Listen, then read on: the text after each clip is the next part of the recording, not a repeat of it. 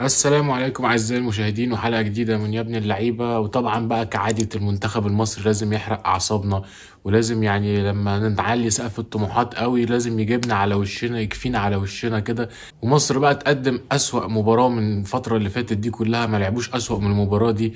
والكارثة إن هي جاية في افتتاح مشوارك في كأس الأمم الأفريقية اللي كل الناس حاطة عليها آمال كبيرة قوي إن ده يبقى يعني كأس ممكن تعرف تتوج بيه. بس للأسف يعني بعد ما كمان يعني جبت جول في قد تاني دقيقة على طول من مصطفى محمد، وهدف يعني في مهارة فردية عالية جدا من مصطفى محمد انه عرف يستلم الكورة برجليه الشمال ويلف يحطها برجليه اليمين. من ايام عماد متعب يعني ما شفناش مهاجم بيلف اللفة دي في منتخب مصر. فلا يعني بعد كل ده طبعا بقى قعدت كل هتشتريها بعد ما جبت الجون. طبعا بقى اللعيبة فخدت وريحت ونامت ننا خالص وهديوا خالص بقى لغايه لما يعني الماتش ابتدى بقى خلاص تحس ان ماتش في الدوري المصري ما بين فرقتين تعبانين جدا. فلا مباراه كانت ممله جدا، ويعني ونص الملعب بتاعنا كان مهلهل جدا، ما تعرفش مين واقف فين ولا مين بيعمل ايه. زيزو متلخبط ما بين الجناح اليمين وما بين ان هو يبقى رقم 8 تاني في نص الملعب، ومحمد النني يعني مش لايق عليه خالص رقم 6. لا لياقته ولا سنه يسمحوا له بكده يعني يا استاذ فيتوريا. فلا مش عارف ازاي محمد النني بيلعب رقم 6، وحمدي فتحي يعني اللي كانت بيميزه الروح القتالية وانه بيعرف يدافع كويس، انت مديله ادوار هجومية وفين وفين لما بيعرف بقى يدافع كويس. فبرضه غريبة جدا من حمدي فتحي الصراحة اداؤه الدفاعي النهاردة. فالنص الملعب النهاردة كان كارثي الصراحة، وكل الخطوط كانت بعيدة عن بعضها، بالذات نص الملعب. حتى نص الملعب يعني الثلاث لعيبة ما كانوش قريبين من بعض. فلا النهارده كانت ثغرة واضحة جدا في النص الملعب، وده اللي استفاد بقى منه المنتخب الموزمبيقي. مش عارف الموزمبيقي ده ازاي، بس يعني سيبنا من الكلام ده دلوقتي، خلينا في المهم. عرف يستغل ان انت في نص الملعب ما بترتدش بسرعه خالص، كل اللعيبه يعني في رجليها اكياس رمل، مش قادرين يلعبوا خالص ولا قادرين يتحركوا. مش عارف ازاي، ده اول ماتش يا جماعه في البطوله، يعني دي مش حاجه بعيده خالص. لما نقول في دور الثمانيه ولا في دور الاربعه عندك ضغط ماتشات، ده اول ماتش ليك بعد ما جابوا جون في بدايه الشوط الاول من كره عرضيه يعني وخطا تمركزي يعني مشترك ما بين عبد المنعم وما بين حجازي. قدروا يسجلوا هدف التعادل. بعد كده في الكره الثانيه بقى عملوا عليك تحول سريع جدا بعد ما خطفوا الكوره، وطبعا بقى نص ملعب فاضي خالص بيلعبوا في فدان لوحدهم خالص. ويعني هو منعم بص طالع لغايه فين علشان يقابل الواد وناسي بيته خالص، يعني باع نفسه زي ما بيقولوا. وحجازي تاكل بطيء جدا، يعني بيديك دلاله على قد ايه حجازي سنه تقدم وما بقاش فت زي الاول. يعني فلا يعني حاجه صعبه جدا النهارده من المنتخب المصري نشوف الاداء ده في بدايه مشواره في كاس الامم الافريقيه.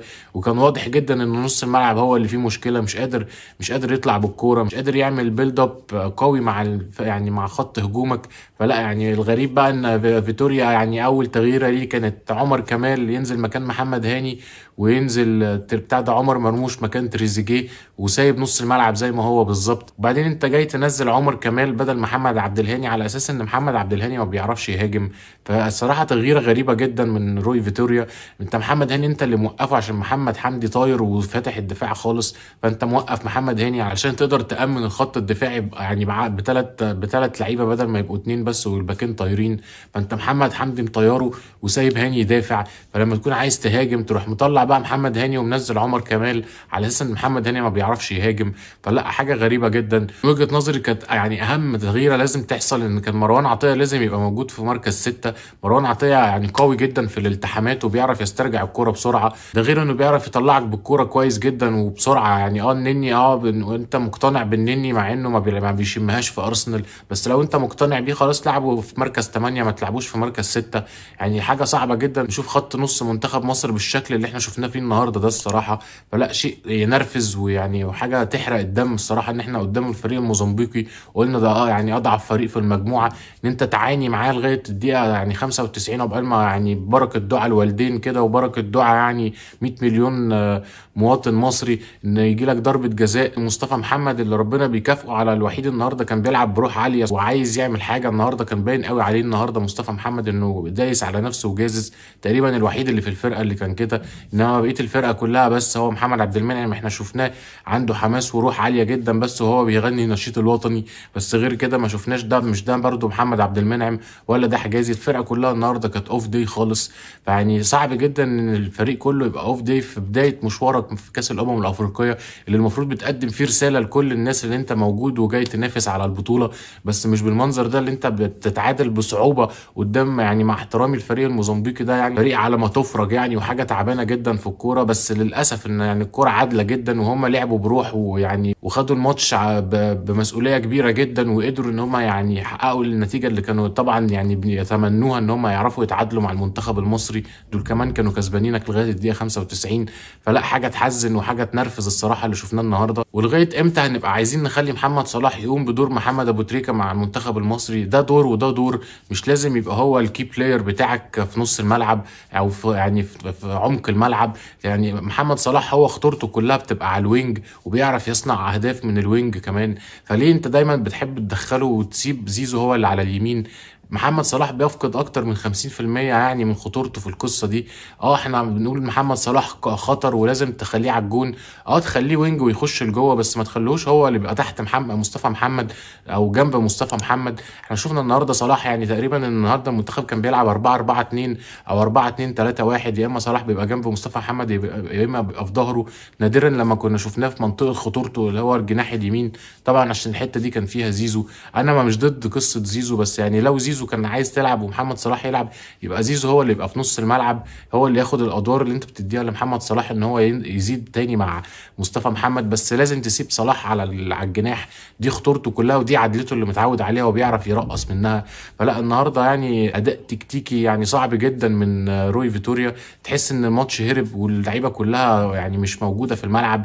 يعني حاجه صعبه جدا ان انت تجيب جون في يعني في اول المباراه كده وتقعد تعاني بقيه المباراه كلها علشان تعرف ترجع بالتعادل. فلا يعني على راي بقى اوناحي اللي قاعد يقول لك منتخب مصر بيجيب جون وبعد كده اللعيبه بتترمي يمين وشمال وبيكسبوا بالطريقه دي.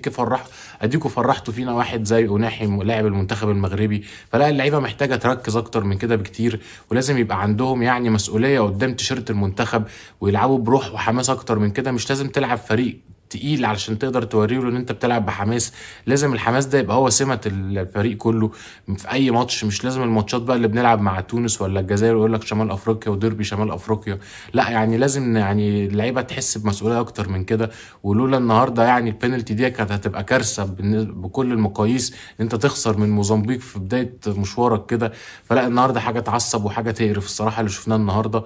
وربنا بقى يستر على اللي جاي شكله هيبقى حرق دم اكتر من كده، فربنا يستر بقى ويعني اللعيبه تفوق من الغيبوبه اللي هم فيها دي. وده اللي الواحد كان خايف منه بعد ماتش تنزانيا، ان احنا دايما بنلعب على القد. حتى يعني الفيديو كان اسمه ليه بنلعب على القد. حاجه صعبه جدا ان انت تبقى شايط 21 تسديده النهارده منهم 5 بس اون تارجت، 21 تسديده منهم 5 بس اون تارجت، يعني تقريبا 25% بس اللي اون تارجت. والفريق الثاني الموزمبيق يعني شاط 6 منهم 2 اون تارجت والاثنين جم اجوان. يا ريت اللعيبه بقى تحس بحرق الدم الجماهير اللي وراها دي، وحاجه صعبه جدا اللي بنشوفه النهارده ده.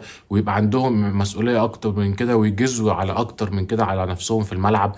فلا محتاجين نشوف بقى يعني تحول كامل من الفريق ومن روي فيتوريا اولهم اللي مش عارف النهارده كمان ضيع على نفسه تغييره. يعني منزل النهارده 4 لعيبه على 3 توقفات، نسي ان اللي كده خلاص التوقفات خلصت. يعني حاجه صعبه جدا نشوف الاداء ده.